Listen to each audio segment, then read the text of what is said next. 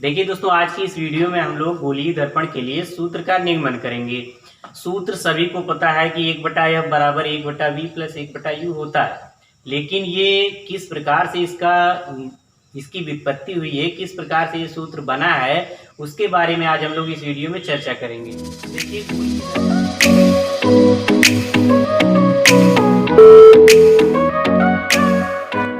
गोलीय दर्पण के लिए सूत्र का निगमन। आप जानते हैं कि गोलीय दर्पण दो प्रकार का होता है, अवतल और उत्तल। तो दोनों के लिए हम सूत्र की व्युत्पत्ति आप लोगों को बताएंगे कि दोनों दर्पणों द्वारा सूत्र किस प्रकार से हम उसका निगमन करते हैं। तो आज की ये जो वीडियो है, इसमें हम अवतल दर्पण द्वारा सूत्र का निगमन पढ़ेंगे।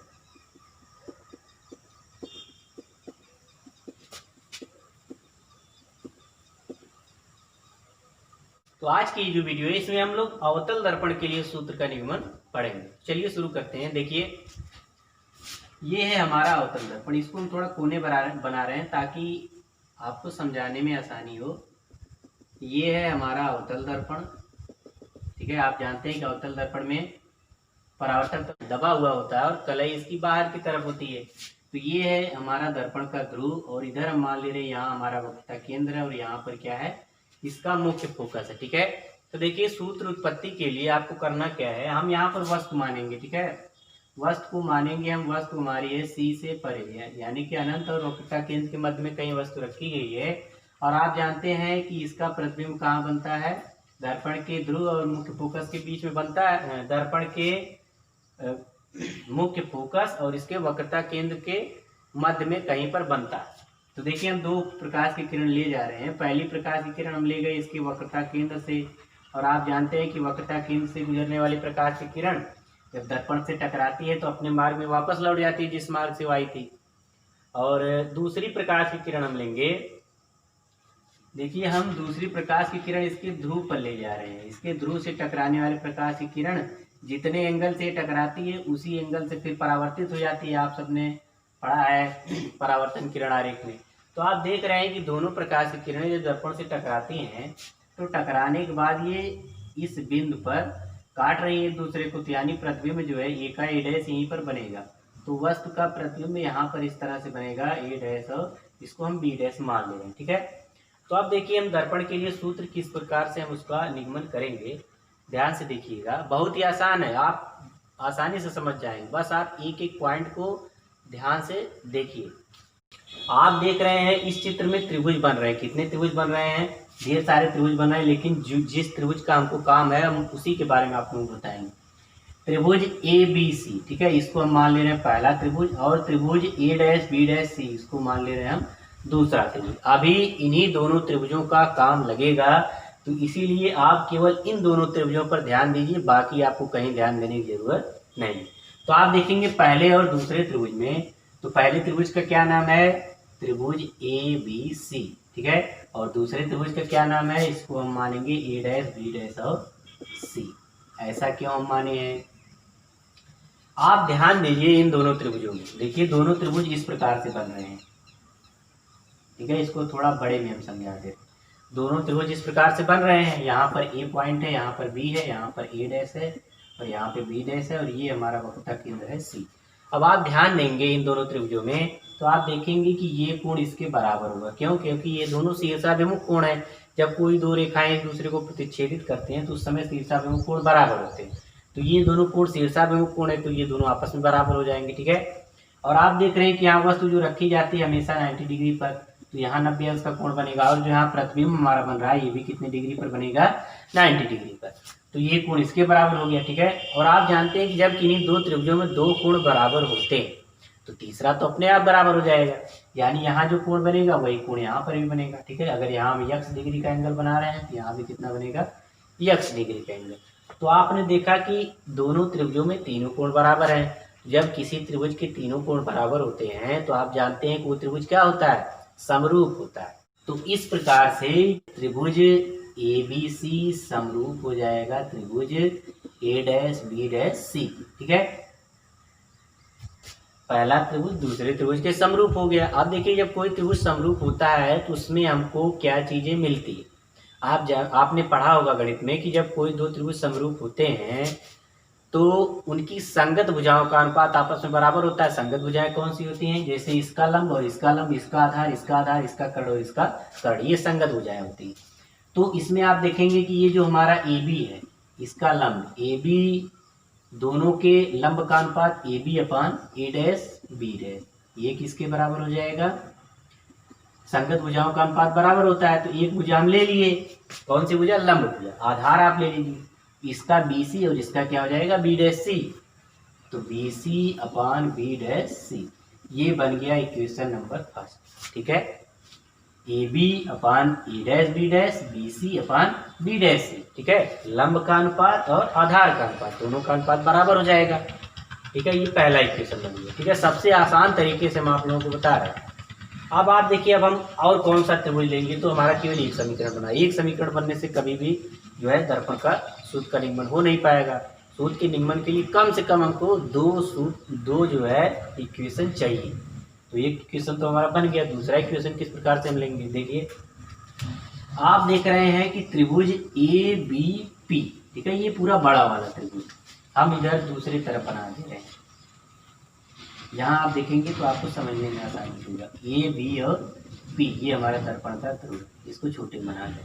ठीक है, एक ये त्रिभुज, और आप देख रहे हैं यहाँ जो छोटा वाला त्रिभुज बन रहा है ये इस प्रकार से, ये हमारा बी डैश ए डैश और पी। ठीक है, आप देखिए इस वाली आकृति में ये दोनों त्रिभुज देखिए, इसको हम बड़े वाले को तीसरा नंबर का त्रिभुज और इसको हम चौथे नंबर का त्रिभुज मानेंगे। ठीक है, अब आप ध्यान दीजिए कि यहाँ 90 अंश का कोण बन रहा है, तो यहाँ भी कितना अंश का बनेगा? 90 अंश का। क्यों? क्योंकि ये वस्तु रखी गई है और इसका प्रतिबिंब बन रहा है। वस्तु 90 डिग्री पर है, प्रतिबिंब भी 90 डिग्री पर बनेगा ही।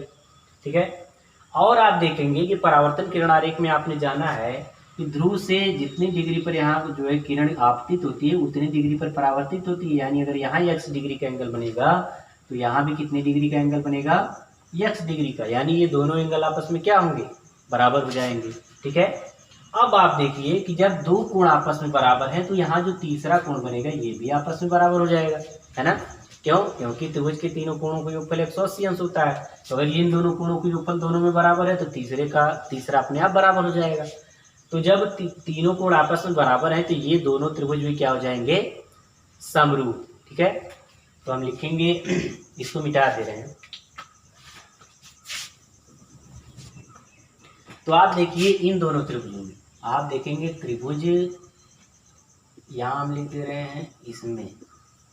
ठीक है, और अब आप देखिए त्रिभुज ए बी पी, त्रिभुज ए बी पी और कौन सा त्रिभुज था हमारा?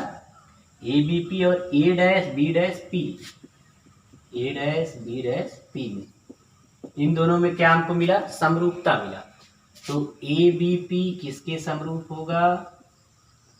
त्रिभुज ए बी पी समरूप होगा त्रिभुज ए डैश बी डैश और पी। ठीक है, दोनों त्रिभुज एक दूसरे के समरूप हो गए। अब जब समरूप हो गए तो इसमें भी हमको वही कंडीशन मिलेगी कि दो संगत भुजाओं का अनुपात बराबर होता है। तो आप संगत भुजा ले लीजिए, A B upon A dash B dash, A B upon A dash B dash is equal to, ये किसके बराबर हो जाएगा? इसमें संगत भुजा कौन सी है? इसकी संगत भुजा लंब आप देखेंगे तो ये हो जाएगा बी पी, ये हो जाएगा बी पी बटा बी डैश पी। ठीक है, ये बन गया हमारा समीकरण नंबर 2।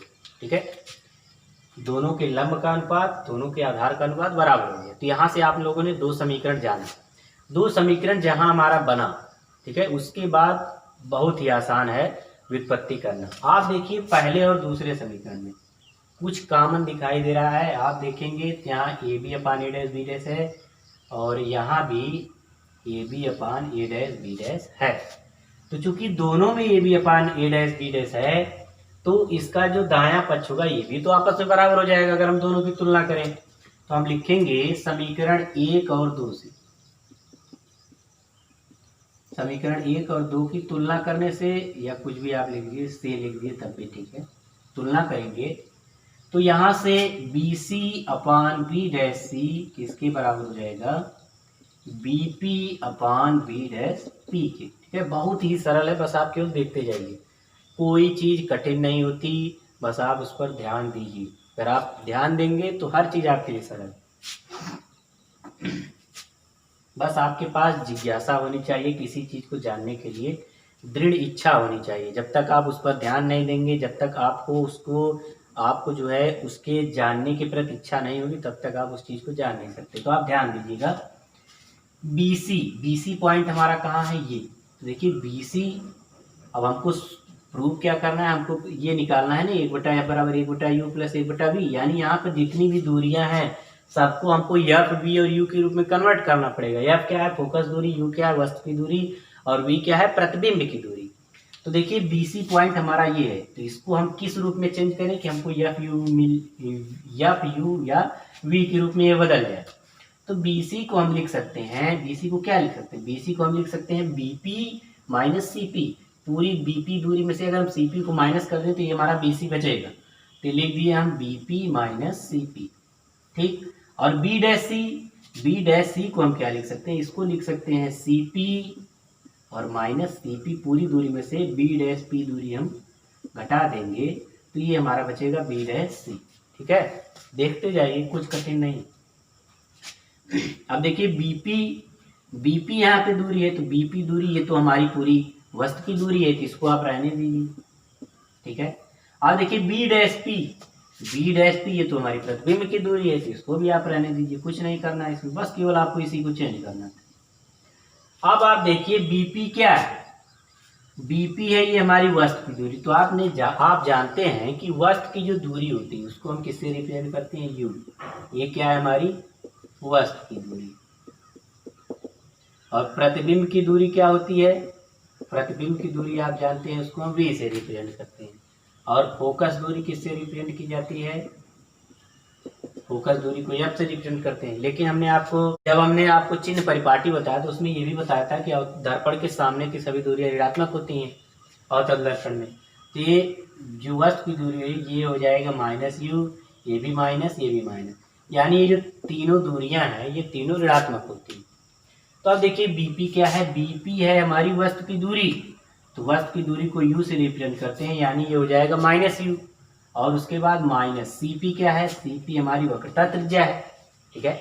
और आप जानते हैं कि वक्रता त्रिज्या जो है फोकस दूरी की 2 गुनी होती है, यानी R इक्वल टू क्या होता है, 2F। R भी माइनस में है तो 2F भी क्या होगा, माइनस में। यानी यहाँ जहाँ CP है वहाँ हम क्या लिख सकते हैं, -2F अपॉन CP। अब फिर देखिए CP क्या है, वक्रता त्रिज्या है, तो यहाँ भी हम क्या लिख सकते हैं, -2F। और फिर माइनस B' क्या है, ये देखिए B' यहाँ से लेकर यहाँ तक ये प्रतिबिंब की दूरी है। और आप जानते हैं प्रतिबिंब की दूरी को हम किससे लिखते हैं, माइनस में। अब फिर देखिए BP क्या है, वस्तु की दूरी, आप इसको -U लिखिए। और B' क्या है, B' है प्रतिबिंब की दूरी, यानी यहाँ पे आप इसको लिखेंगे -V, ठीक है। यहाँ देखिए दोनों का माइनस है तो इसको हम काट सकते हैं। अब आप इधर देख लीजिए, अगर यहाँ आपको दिखाई दे रहा है तो ये देख लीजिए, ये हो जाएगा -U, ये दोनों माइनस माइनस है, ब्रैकेट हटाएंगे तो प्लस हो जाएगा 2F अपॉन ये है -2F, और ये माइनस माइनस प्लस हो जाएगा V, और इक्वल टू ये तो दोनों पॉजिटिव हो गया U upon V। Cross multiplication करेंगे हम, तेरे गुणा इसका कर लेंगे, तो देखिए U का गुणा होगा, ये हो जाएगा -UV प्लस 2VF बराबर U का -2F में गुणा होगा तो -2FU, और ये इसका गुणा होगा तो हो जाएगा +UV, ठीक है। दिखाई दे रहा है। अब देखिए UV इधर है, UV इधर भी है, इधर 2VF है, इधर 2FU है, तो आप क्या करिए, इसको हम इधर लेते आएंगे, तो हो जाएगा -2UV बराबर +2VF बराबर -FU, ठीक है। अब देखिए दोस्तों इसमें करना क्या है, ये -2U + 2VF -2FU, आप देख रहे हैं कि सब में हमको 2 मिल रहा है, ठीक है। तो आप क्या करिए, इसके दोनों पक्षों में आप 2 से भाग दे दीजिए, तो आप 2 से भाग देंगे, 2 सबका कैंसिल हो जाएगा, बचेगा -UV + VF और बराबर UF या FU, आप कुछ भी लिख लीजिए, ठीक है। ये बच गया। अब आपको क्या करना है, अब आप इसके दोनों पक्षों में, बाएं और दाहिने पक्ष में आप क्या करिए, UVF से भाग दे दीजिए, तो आप जब भाग देंगे इसके दोनों पक्षों में, तो ये देखिए इस प्रकार से हो जाएगा। इधर हम लगा दे, यहाँ देख लीजिए, ये माइनस यू वी बटा यू वी एफ और प्लस वी एफ बटा यू वी एफ और बराबर यू एफ बटा यू वी एफ। ठीक है, देखिए यू वी कैंसिल हो गया, वी एफ कैंसिल हो गया और यहाँ माइनस यू एफ बचा था, ये माइनस है तो यू एफ जो है यू एफ से कैंसिल हो गया। ठीक है, अब देखिए बचा क्या, इधर बचेगा माइनस 1/f प्लस 1/u और बराबर माइनस 1/v, इतना बचा है। अब आप क्या करेंगे, देखिए ये माइनस 1/v इधर लाएंगे और 1/f का आप पक्षांतर करके उस तरफ ले जाएंगे, ये हो जाएगा 1/f बराबर 1/v प्लस 1/u। तो इस प्रकार से हमने इस सूत्र का निगमन कर लिया। 1/f बराबर क्या आ गया, 1/v प्लस 1/u। ठीक है, तो उम्मीद है आप लोगों को समझ में आया होगा पूरी तरह।